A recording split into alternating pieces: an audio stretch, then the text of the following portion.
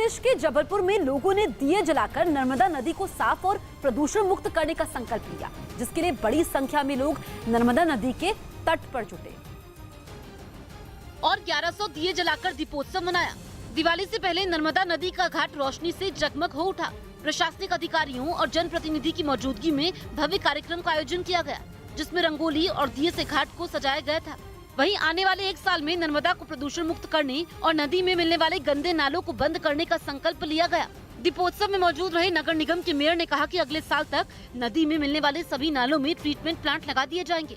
इसके साथ ही अगले साल नर्मदा नदी के घाट पर दीपोत्सव को भव्य और दिव्य बनाने के लिए 1.25 लाख दिए जलाने का भी वादा किया गया। 1.25 लाख दीपक हजारों की संख्या के हमारे नागरिकों के साथ, बच्चों के साथ अगले वर्ष दीपावली में दीपोत्सव का जबरदस्त कार्यक्रम यहाँ पर हम लोग मनाएंगे। दीपोत्सव में नगर निगम की ओर से बच्चों में मिठाइयाँ बांटी गयी और इस बीच लोगों में भी काफी उत्साह देखने को मिला।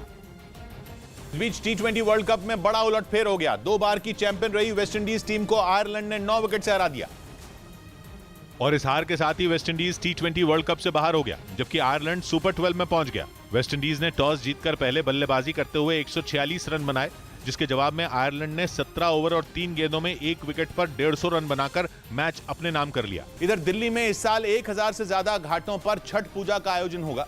इसकी जानकारी दिल्ली सरकार के मंत्री कैलाश गहलोत ने दी और बताया कि यमुना के घाटों पर छठ पूजा के लिए सारे इंतजाम किए गए हैं। घाटों पर टेंट से लेकर पीने के पानी की व्यवस्था तक दिल्ली सरकार करेगी। 1100 साइट्स पे, घाट्स पे बहुत बढ़िया इंतजाम के साथ लाखों लोग, यूपी और बिहार से जो लाखों लोग हैं वो छठ पूजा मनाएंगे। दिल्ली सरकार ने इस फैसले की जानकारी प्रशासन को भी दे दी है। यूपी में कानून व्यवस्था को चुनौती देने वालों के खिलाफ लगातार कार्रवाई की जा रही है। इसी कड़ी में पुलिस और बदमाशों के बीच मुठभेड़ हो गई और मुठभेड़ के समय पुलिस और बदमाशों के बीच कई राउंड फायरिंग हुई, लेकिन इस बीच बदमाश मौके से भागने लगा। तभी बदमाश को गिरफ्तार करने के लिए पुलिस ने पीछा किया। इस बीच पुलिस की जवाबी फायरिंग में बदमाश को गोली लगी और वो घायल हो गया। एनकाउंटर में बदमाश परवेज गिरफ्तार हो गया, जबकि उसके 2 साथी मौके से फरार हो गए। बताया गया कि खुर्जा इलाके में 15 अक्टूबर को एक व्यापारी का अपहरण किया गया था, जिसके आरोप में पुलिस बदमाश परवेज और उसके साथियों की तलाश कर रही थी। पुलिस की घेरेबंदी की वजह से व्यापारी को 24 घंटे में अपहरणकर्ताओं के चंगुल से छुड़ा लिया गया था, लेकिन ये तीनों बदमाश फरार हो गए थे। पुलिस ने बदमाश से एक पिस्टल, कारतूस और अपहरण में इस्तेमाल की गई कार जब्त की है और वहीं अब गिरफ्तार बदमाश के दोनों साथियों की तलाश में जुट गई है। इस बीच मुंबई की सेशंस कोर्ट ने साइबर आतंकवाद फैलाने वाले एक आरोपी को पहली बार उम्र कैद की सजा सुनाई। शकील अंसारी नाम के शख्स को मुंबई एटीएस ने 2014 में एक स्कूल पर आतंकी हमले की धमकी देने के आरोप में गिरफ्तार किया था, जिसे मुंबई की सेशंस कोर्ट ने करीब 8 साल बाद साइबर आतंकवाद फैलाने के आरोप में उम्र कैद की सजा सुना दी। पहला जजमेंट है जैसा साइबर टेररिज्म के अंडर किसी को कन्विक्शन हुआ है। दावा किया गया कि शकील मुंबई के एक निजी स्कूल में आत्मघाती हमला करने की योजना बना रहा था। उधर अमेरिका की एक यूनिवर्सिटी ने दावा किया कि अगर पुतिन ने यूक्रेन पर परमाणु बम गिराया तो 5 घंटे के अंदर 3 करोड़ से ज्यादा लोगों की जान चली जाएगी। इसके लिए यूनिवर्सिटी ने एक नकली परमाणु हमले का मॉडल तैयार किया, लेकिन दावा किया गया कि रूस को भी हमले के गंभीर नतीजे भुगतने होंगे, क्योंकि पुतिन को जवाब देने के लिए नेटो भी एटम बम चलाएगा, जिससे रूस में भी तबाही मच जाएगी।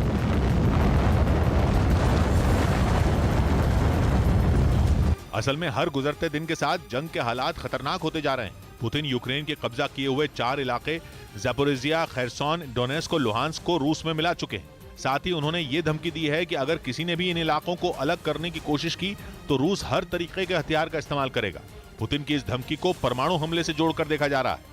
इस बीच अमेरिका की प्रिंसटन यूनिवर्सिटी ने नकली रूसी परमाणु हमले के एक मॉडल के जरिए यह दावा किया कि पुतिन के न्यूक्लियर ट्रिगर दबाने के 5 घंटे के अंदर ही यूक्रेन के 3 करोड़ 4 लाख लोग मारे जाएंगे। मतलब यह कि परमाणु हमला होते ही यूक्रेन की आधी से ज्यादा आबादी एक झटके में खत्म हो जाएगी और लाखों लोग घायल हो जाएंगे।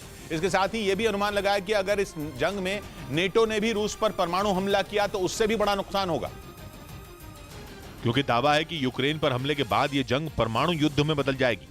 पहले ही इस बात की आशंका जताई जा चुकी है कि रूस कलिनिंग्राद में तैनात अपने परमाणु हथियारों से अमेरिका और नेटो देशों पर हमला कर सकता है। यह भी दावा किया गया कि रूस फाइटर जेट, कम दूरी तक मार करने वाली मिसाइल और सबमरीन से नेटो के ठिकानों को निशाना बनाएगा। प्रिंसटन यूनिवर्सिटी के मुताबिक इसके जवाब में नेटो गठबंधन लड़ाकू विमानों से 180 परमाणु बम दाग सकता है और ये सब करीब 45 मिनट तक चलेगा, जो जंग का आखिरी चरण होगा। और इस आखिरी चरण में दोनों पक्ष एक दूसरे के 30 बड़े शहरों और आर्थिक केंद्रों को परमाणु बम गिराकर तबाह करने की कोशिश करेंगे, जिसका नतीजा यह होगा कि महज 45 मिनट के अंदर 8.5 करोड़ से ज्यादा लोग मारे जाएंगे और हर तरफ सिर्फ तबाही और बर्बादी ही दिखाई देगी। लेकिन यह सब इतने पर ही नहीं रुकेगा, क्योंकि दावा किया जा रहा है कि यूक्रेन की जंग तीसरे विश्व युद्ध में बदल जाएगी और पूरी दुनिया अमेरिका और रूस की अगुवाई वाले 2 गुटों में बढ़ जाएगी। मतलब यह कि दुनिया के कई देश युद्ध की आग में झुलसने लगेंगे। पश्चिमी मीडिया का दावा है कि रूस के परमाणु हमले के बाद अमेरिका को भी न्यूक्लियर अटैक करने का मौका मिल जाएगा। हालांकि ये नौबत अभी तक नहीं आई है, लेकिन यह दावा किया जा रहा है कि अगर जेलेंस्की ने नेटो में शामिल होने की जिद नहीं छोड़ी तो मुमकिन है कि पुतिन यूक्रेन पर एटम बम गिरा दें। इसीलिए पूरी दुनिया पर परमाणु युद्ध का खतरा मंडराने लगा है। इसी वजह से नकली परमाणु हमले का मॉडल तैयार कर यह बताने की कोशिश की जा रही है कि न्यूक्लियर अटैक से कितना नुकसान होगा और कैसे इस तबाही से बचा जा सकता है। इधर पंजाब पुलिस की एंटी गैंगस्टर टास्क फोर्स और दिल्ली पुलिस ने 3 गैंगस्टर को गिरफ्तार कर लिया। आरोप है कि तीनों पाकिस्तान में बैठे आतंकी रिंदा के लिए काम करते थे और दिवाली से पहले देश में किसी बड़ी आतंकी घटना को अंजाम देने की फिराक में थे। पुलिस ने कार्रवाई करते हुए इनके पास से AK-47 समेत कई हथियार भी बरामद किए।